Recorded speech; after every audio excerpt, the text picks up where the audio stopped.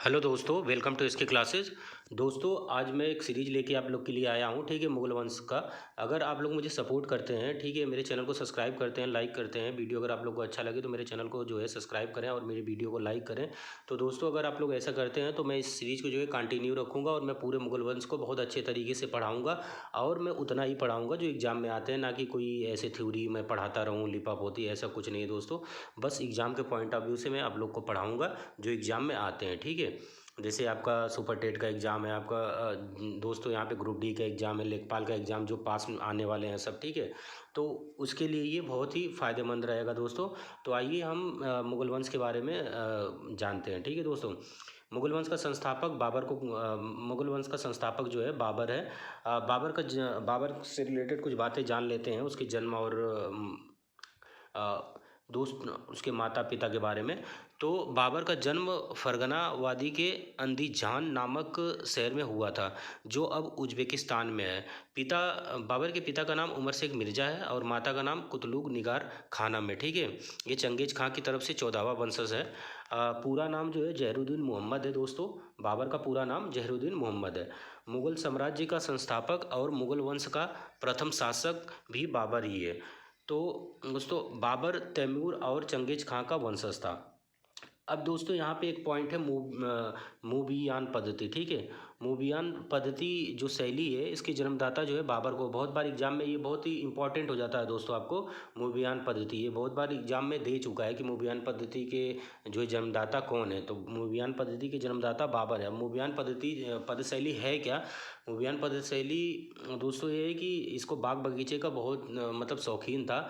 तो ये एक मतलब इसने एक नाली आकार का, मतलब नहर आकार का अपने बगीचे में नहर बनवाया था, नाली बनवाया था, जिससे वो एक जगह से पानी गिराता था और इसके पूरे बगीचे में वो पानी चला जाता था। इसको मतलब हर पेड़ पे डायरेक्ट जाके पानी गिराने की आवश्यकता नहीं पड़ती थी, ठीक है दोस्तों। तो ये मूबियान पद्धति पद शैली का जन्मदाता किसे कहा जाता है? बाबर को कहा जाता है। और ये बहुत बार एग्जाम में पूछा गया है दोस्तों, ठीक है। आइए नीचे देखते हैं हम। उसके बाद बाबर 1504 ईस्वी में काबुल तथा 1507 ईस्वी में कंधार को जीता था, ठीक है। जब वो कंधार को जीता था 1507 ईस्वी में, तो उसने क्या करा था, बादशाह की जो है बादशाह की उपाधि धारण कर ली थी दोस्तों, ठीक है। उसने जो है दोस्तों बादशाह की उपाधि धारण कर ली, ठीक है। यहाँ पे दोस्तों आप देख सकते हैं, ठीक है, ये बादशाह की उपाधि धारण की। उसके बाद दोस्तों आइए नीचे हम देखते हैं। 1519 से 1526 ईस्वी तक भारत पर जो है उसने 5 बार आक्रमण किया। और उसके आक्रमण करने का उद्देश्य क्या था दोस्तों? उसके आक्रमण करने का उद्देश्य बस था लूटपाट करना, ठीक है। पहले उसका भारत में शासन करने का कोई भी उद्देश्य नहीं था। पहले तो वो सब लूटपाट करता था और फिर चला जाता था। 1519 में बाबर ने बाजौर भेरा पर आक्रमण किया और भारत में पहली बार तोप का प्रयोग किया था। तोप का प्रयोग पहली बार अगर पूछ दे कि तोप का प्रयोग किसके लिए किया था दोस्तों, तो ये जो बाजौर और भेरा पर जो आक्रमण किया था, यूसुफजाई जनजाति रहती थी, उनके विरुद्ध किया था ये तोप का उपयोग, ठीक है।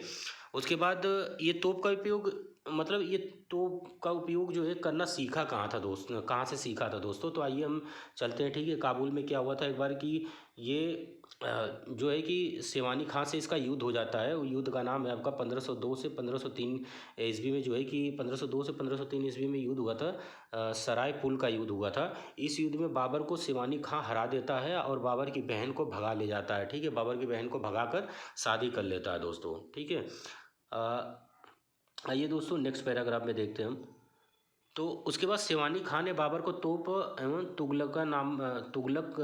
तुगलनामा जो पद्धति का ज्ञान दिया था, ठीक है। तोप और तुगलनामा पद्धति का ज्ञान कहाँ से सीखा था बाबर ने? तो ये शिवानी खां से ही सीखा था, ठीक है। बाद में शिवानी खां क्या करता है, मतलब बाबर जो है बाद में शिवानी खां के पास जाता है और उससे मदद मांगता है जब पानीपत का युद्ध होने को होता है। तो अब आइए दोस्तों, यहाँ पे हम पानीपत के युद्ध के बारे में देखते हैं। पर पानीपत का युद्ध हुआ क्यों था और क्या पर्पज़ था, ठीक है। पानीपत का युद्ध जो है बाबर पानीपत का युद्ध करना नहीं चाहता था। बाबर को जो है कि पानीपत का युद्ध के लिए आमंत्रित किए थे हमारे ही भारत के कुछ लोग, ठीक है। क्योंकि भारत में पहले भी एकता नहीं थी और अब भी एकता नहीं है। अभी देखा जाए, अब भी भेदभाव हमारे भारत में पहले भी थी, अब पहले भी था, अब भी था, ठीक है।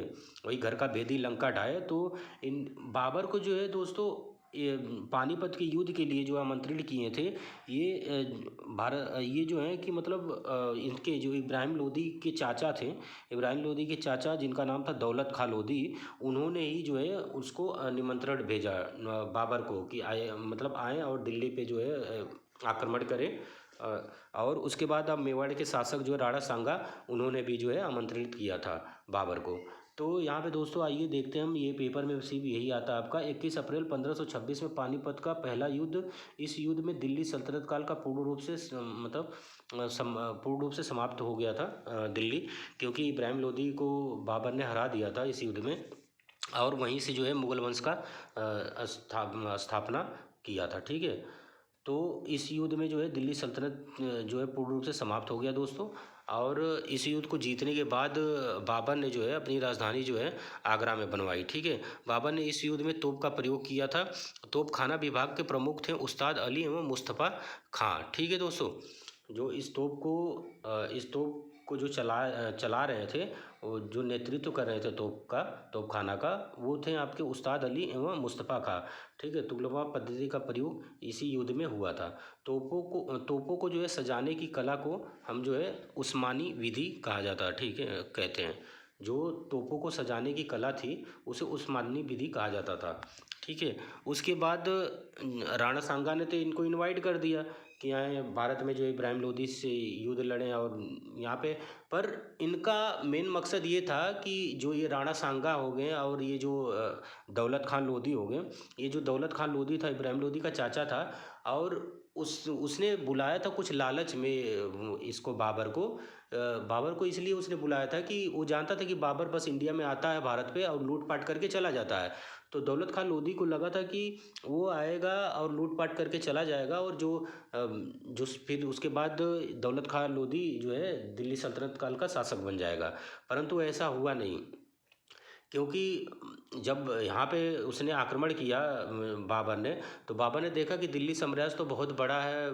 तो उसके बाद बाबर को एक और लालच आया कि क्यों ना मैं ही इस पे जो है कि शासन करूँ दिल्ली पे। ठीक है, तो उसके बाद दोस्तों आप यहाँ पे देख सकते हैं, फिर उसी के बाद उसने जो है कि 17 मार्च 1527 में खानवा का युद्ध हुआ था। ठीक है, बाबर और राणा सांगा के बीच, और इसमें राणा सांगा जो है मेवाड़ के शासक थे, और राणा सांगा की जो है इसमें हार हो जाती है दोस्तों। ठीक है, और परंतु इसमें जो है कि राणा सांगा जो था, इसकी सेना बहुत ज़्यादा थी बाबर से। तो बाबर को लग रहा था कि मैं इसमें हार जाऊंगा। बाबर के सैनिक छोड़ के भगने लगे कि भैया हम नहीं लड़ पाएंगे, क्योंकि इसकी सैनिक तो बहुत ज़्यादा हैं। ठीक है, हम तो इसके मतलब एक फोर्थ भी नहीं है। तो बाबर ने क्या करा, चालाकी दिखाया और जिहाद का नारा लगा दिया। ठीक है, जिहाद का नारा लगाने का उसका मेन पर्पज़ यही था कि उसके सैनिक जो है मतलब अपने धर्म के लिए मर मिटेंगे। ठीक है, और उसकी ये रणनीति सक्सेस भी हो जाती है दोस्तों। तो उसकी ये रणनीति जो है सक्सेस हो जाती है। तो यहाँ पे और एक लालच और भी देता है यहाँ पे दोस्तों, वो एक लालच यहाँ पे ये भी देता है। आप यहाँ पे देख सकते हैं जो तमगा टैक्स था, तमगा टैक्स यहाँ पे जो है सैनिकों से वो लिया करता था, और उस टैक्स को जो है माफ़ कर देता है दोस्तों। ठीक है, उस टैक्स को माफ़ कर देता है, और ये भी प्रण लेता है कि मैं मदिरा ना पीऊँगा। ठीक है, मदिरा ना पीने का प्रण लेता है दोस्तों। इस समय बाबर ने राणा सांगा को जो है हरा दिया, और हराने के बाद गाजी की उपाधि धारण की। जब खानवा का युद्ध था, इसमें जब राणा सांगा को हरा देता है तो ये गाजी की उपाधि धारण करता है। ठीक है दोस्तों, ये भी क्वेश्चन बहुत बार एग्जाम में आ चुका है। आइए दोस्तों नेक्स्ट स्लाइड देखते हैं हम। उसके बाद जो है कि दोस्तों 28-29 फरवरी को जो है 28 या 29 फरवरी 1528 चंदेरी का युद्ध हुआ। चंदेरी का युद्ध जो है मालवा के शासक मेदिनी राय और बाबर के बीच हुआ था। इस युद्ध में भी इसने जिहाद का नारा लगाया था। बाबर ने इस युद्ध में भी जिहाद का नारा लगाया था, और मेदिनी राय को यहाँ पे जो है दोस्तों हरा देता है। ठीक है, यहाँ पे मेदिनी राय जो है हार जाते हैं। उसके बाद इसका लास्ट आक्रमण होता है, बाबर का लास्ट आक्रमण अब यहाँ पे देख सकते हैं दोस्तों कि 5 मई 1529 घाघरा का युद्ध हुआ। इस युद्ध में क्या होता है दोस्तों, बाबर ने महमूद लोदी को हरा दिया। ये युद्ध जल थल पर लड़ा गया था। ठीक है, जल और थल दोनों पे लड़ा गया था ये युद्ध। यहाँ पे कुछ नोट है दोस्तों, देखते हैं यहाँ पे। बाबर ने शाहरुखी व बाबरी नामक सिक्का चलाया था। ठीक है, बाबर के इंपॉर्टेंट 4 युद्ध देख लेते हैं दोस्तों, यहाँ पे शॉर्ट फॉर्म में जल्दी जल्दी हम देख लेते हैं। यहाँ पे पानीपत का युद्ध यहाँ पे 1526 में हुआ था, खानवा 1527 में, चंदेरी 1528 में, घाघरा 1529 में। यानी बाबर जो है लगातार 4 बड़े युद्ध को जीता था। उसके बाद 1530 में बाबर की मृत्यु हो जाती है और उसे आराम बाग आगरा में दफनाया गया। बाद में इसको जो है काबुल में दफनाया गया, क्योंकि बाबर ने एक अपनी आत्मकथा लिखी थी तुझे के बाबरी, ठीक है।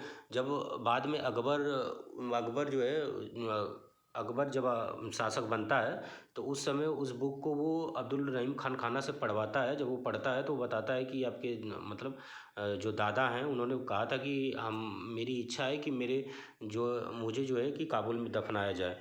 तो इस वजह से जो है कि अकबर ने फिर क्या करा कि उसे खुदवा के जो भी मिट्टी अस्थियाँ बची हुई हो हड्डी, उसको जो है काबुल में वो दफना दिया था। उसके बाद दोस्तों यहाँ पे बाबर के समय में ही बाबरी मस्जिद अयोध्या में जो है मीर बाकी ने बनवाई, जो बाबर का सेनापति था, ठीक है।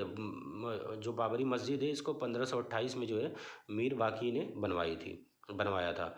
बाबर की पुस्तक तुझे के बाबरी तुर्की भाषा में लिखी गई थी। ये क्वेश्चन बहुत बार आता है, ठीक है। तुझे के बाबरी जो है, और ये जो तुझे के बाबरी पुस्तक लिखा है बाबर ने, ये उस समय की बहुत ही मतलब एक पॉइंट टू पॉइंट मतलब एक यूनिक ही बुक थी। उसने बहुत ही सही से लिखा था, क्योंकि आज हम कोई भी चीज़ लिखते हैं तो हम देखते हैं ना 4 बार कट पिट करते हैं, पर इसने उसको बहुत ही सजा के लिखा था उस समय। तो दोस्तों यहाँ पे इसको तुर्की भाषा में लिखा गया था। ये बाबर की आत्मकथा थी। इसको फारसी में जो है अनुवाद अब्दुल रहीम खान खाना ने किया था अकबर के समय में। उसके बाद दोस्तों कुछ यहाँ पे हम देखते हैं नोट है। तो बाबर अपनी आत्मकथा में दक्षिण भारत के जो विजयनगर के शासक कृष्णदेव राय के बारे में अपनी आत्मकथा में जिक्र किया था। उसका मानना यह था कि दक्षिण भारत में एक ही जो महान शासक था कृष्णदेव राय, ठीक है। उसने अपनी आत्मकथा में राणा सांगा के बारे में भी तारीफ किया है कि राणा सांगा वास्तव में एक महान शासक था, एक ताकतवर शासक था। तो यहाँ पे देखिए दोस्तों कि अष्टदिग्गज नामक, ये पूछ लेता है बहुत बार एग्जाम में, कृष्णदेव राय जो है हजारावां विट्ठल दास नामक मंदिर बनवाया था। अष्टदिग्गज नामक विद्वान कृष्णदेव राय के दरबार में रहते थे। बाबर के 4 पुत्र थे। बाबर के 4 पुत्र थे दोस्तों यहाँ पे, कमरान जो काबुल कंधार में जो है कि यहाँ पे शासन कर रहा था, और अस्करी था जो संभाल में कर रहा था। हुमायूं को जो है दिल्ली और आगरा जो है आगरा पर जो है अधिकार किया हुआ था, जहाँ ये बंटवारा किया था हुमायूं ने जो। और हिंदाल जो है अलवर पर जो है अपना जो है शासन चला रहा था दोस्तों, ठीक है। यानी बाबर का कहना था कि बाबर चाहता था कि हुमायूं जो है दिल्ली और आगरा का जो है कि मतलब शासक बने, और अपने अपने तीनों भाइयों में सब जो साम्राज्य को बांट दिया जाए, ठीक है। तो काबुल कंधार में जो है कमरान अपना शासन चला रहा था, संभाल में जो है अस्करी, और हिंदाल जो है अलवर में, और हुमायूं जो है दिल्ली आगरा में, ठीक है। बाबर बगीचे का शौकीन था दोस्तों। 26 दिसंबर 1530 ईस्वी में बाबर की मृत्यु आगरा में हो जाती है। जब पानीपत का युद्ध बाबर जीता था तब उसने काबुल में चांदी के सिक्के बंटवाया और कलंदर कहलाया, ठीक है। तो वहाँ के लोग इसे कलंदर की उपाधि दे दिए थे, क्योंकि दोस्तों अगर हम कलंदर कौन होता है, जो दान करने वाला हो उसी को कलंदर हम कहते हैं। तो दोस्तों ये आपको यहाँ पे बाबर से रिलेटेड पूरा जो है कि आपको इसमें बाबर से रिलेटेड पूरा क्वेश्चन है, ठीक है। कोई भी क्वेश्चन अभी इससे बाहर नहीं आएगा। ये कि यहाँ पे पॉइंट छूटा है दोस्तों। एक पॉइंट है कि बाबर की एक पुत्री थी जिसका नाम था गुलबदन बेगम, जिसने हुमायूंनामा लिखा था, ठीक है। अब इसमें मतलब बाबर का पूरा सब कुछ मतलब बाबर से रिलेटेड पूरे क्वेश्चन इसी में से आपको आएंगे। इससे बाहर आपको कहीं पढ़ने की ज़रूरत नहीं है दोस्तों, ठीक है। अगर ये वीडियो मेरी अच्छी लगी हो तो मेरे चैनल को सब्सक्राइब करें और अपने ज़्यादा से ज़्यादा दोस्तों के साथ शेयर करें। धन्यवाद दोस्तों।